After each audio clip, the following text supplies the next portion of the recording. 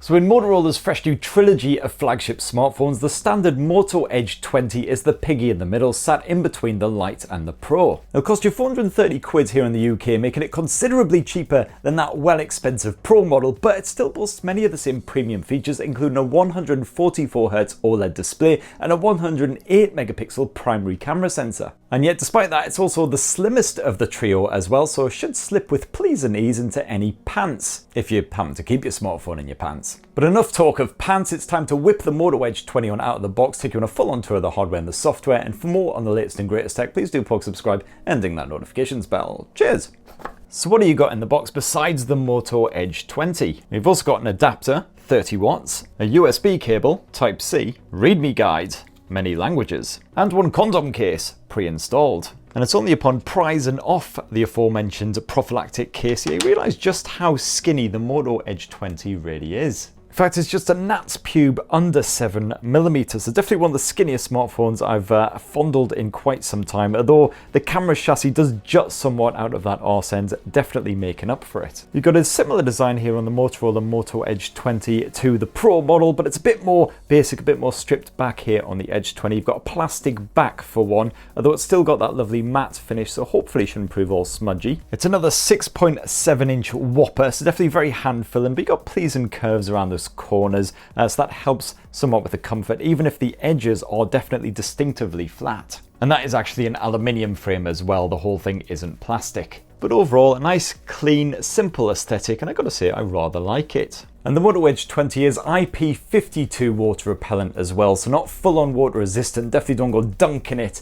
into water, but absolutely fine if you get caught in a drizzle or you spill your shandy on it. Alright, Moto Edge 20 is all set up, good to go. Let's just give it a bit of a poke and see what the SIM tray situation's like. And similar to the Pro model, looks like the Moto Edge 20 can support 2 SIMs at the same time, but there is no space in there for micro SD memory cards to expand the onboard storage. You've got 128 gigs of UFS 3.1 storage on here, should keep you going for a while, even if you're making liberal use of that camera tech, downloading lots of Netflix, all that good stuff. But of course, it's a shame you don't have that expandability. And on here, you've got, of course, as usual, you know the deal here, guys, a nice clean stock version of Android 11. And Motorola is promising 2 years of OS and security updates as well, so hopefully you should get Android 13 without a grumble. Although it's still not quite as good as what some rivals are offering, like OnePlus and Nokia, often offer at least 3 years of OS and security updates, but it's better than nothing. You've got to love that stock Android vibe though, nice and clean and sleek, no heavy launchers sat on top there. And it's nice to dive into the apps tray as well, and only seeing the Google apps and of course the apps that you've downloaded yourself as well. Motorola's only addition is the Moto Experiences app, which as usual just adds a bunch of bonus bits, including the ability to quickly and easily personalize your Moto Edge 20, so you can stick on a wallpaper. You've got all kinds of styling options in here too. You can mess around with the icons, the fonts, the colors, get it looking exactly how you like it. Got the usual great gesture support on there as well, so you can flip for do not disturb, you can lift to unlock, and of course, as always, my personal favorite, the fast torch.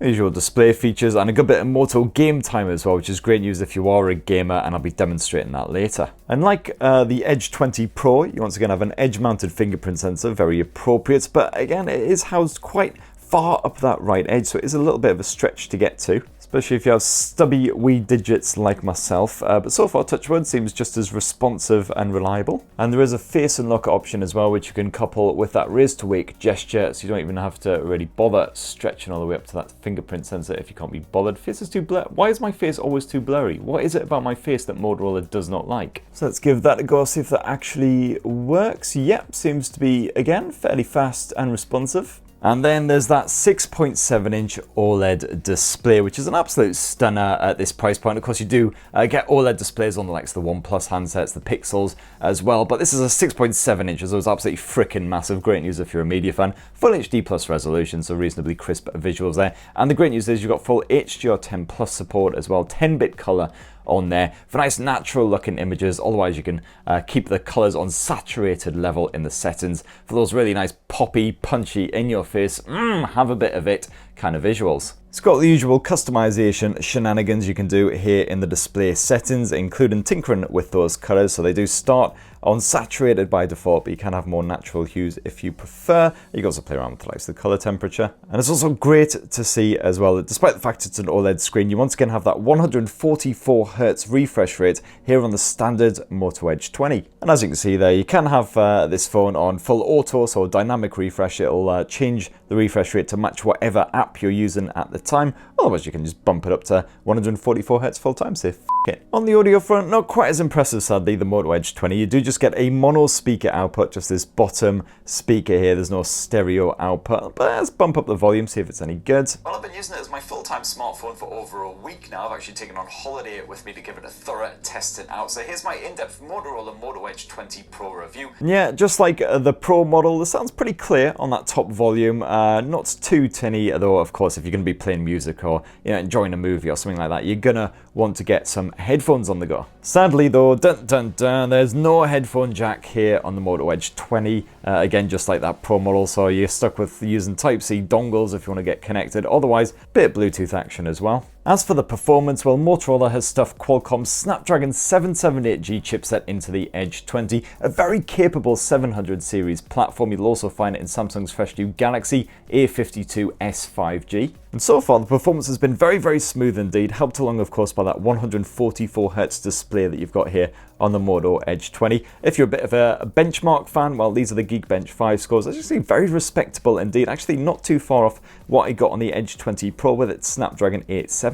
Helped along by the fact you've got a generous 8 gigs of RAM stuffed in here as well. So I'm certainly confident that you'll be able to get gaming on any Android title out there, including the likes of memory hogs like Genshin Impact. No worries, so I'm going to have a bit of a gaming session on that right now, just to make sure that it does run nice and smooth. And before I do that, as mentioned before, you do have that Motorola Game Time feature that you can call up with a quick swipe from the side, otherwise a tap of the icon depending on your preference. And this offers up a good selection of bonus features to really help you get you into that game, get you all immersed. So I really like the fact you can just have it blocking calls and notifications automatically when you load up a game. You've also got the high performance mode, which I will be bumping on as well, just to really make the most of that Genshin Impact. And yeah, gotta say, definitely impressed by the Moto Edge 20's gaming prowess. Even a proper half-hour session on Genshin Impact did not struggle at all. Nice, smooth frame rate throughout on the sort of medium, averagey detail settings. The display is nice and responsive as well, so every swipe and poke instantly replicated. And speaking of the screen, it's a 6.7 inches, so a nice clear view of the action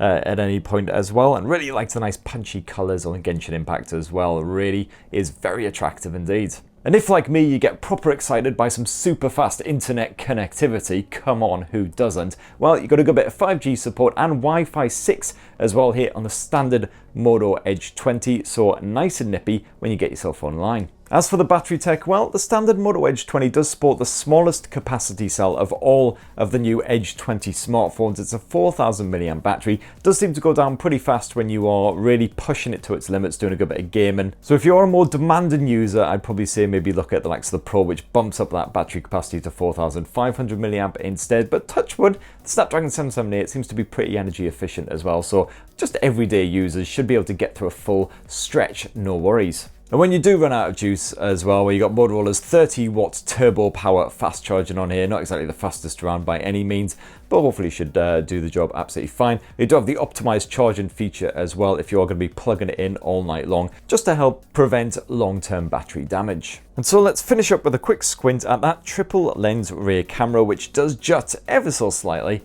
out of that back end. And like the Pro model, the standard Moto Edge 20 comes packing a 108 megapixel primary sensor, using 9-in-1 pixel binning just to capture nice, bright, natural looking snaps. And as you can see there, you've got the AI Smart as usual with Motorola blowers as well, which can just analyze your subject and suggest maybe switching to a different mode where applicable. So for instance, I can highlight the lovely Veronica here with the portrait mode, which just adds a nice bit of bokeh style background effect to help her really stand out. Just to give you an example of what the Moto Edge 20's mighty 108 megapixel sensor is capable of, here's just a few quick test shots that I snapped around the old homestead. And as you can see, that large sensor seems to mean nice bright pics, even in quite ambient light, indoor locations, things like that. You also have a 16 megapixel ultra wide angle lens that you can snap to for a very different view of the action. Just pulls it right back so you can fit lots into frame. Or alternatively, you've also got the telephoto zoom lens if you want to get much closer. This is an 8 megapixel sensor just like the Pro model, but you've only got a 3 times optical zoom here rather than the 5 times optical zoom at the Pro. But still very good at this price point. It's quite rare to find a telephoto shooter. I found these aren't just good for your touristy shots and things like that as well. It's also really good if you've got kids or pets and you want to get a nice unintrusive shot of them just naturally playing or whatever as well, without sticking a smartphone right in their face basically. And as usual, Motorola has added plenty of bonus features as well, including a dedicated night mode. You've got the spot color mode for just bleeding the background and keeping your subject nice and colorful. Ultra res mode if you do want to shoot a 108 megapixel snap for whatever reason. And a good bit of pro mode as well if you want to tinker around with the likes of the white balance, the ISO levels. For your video needs, well,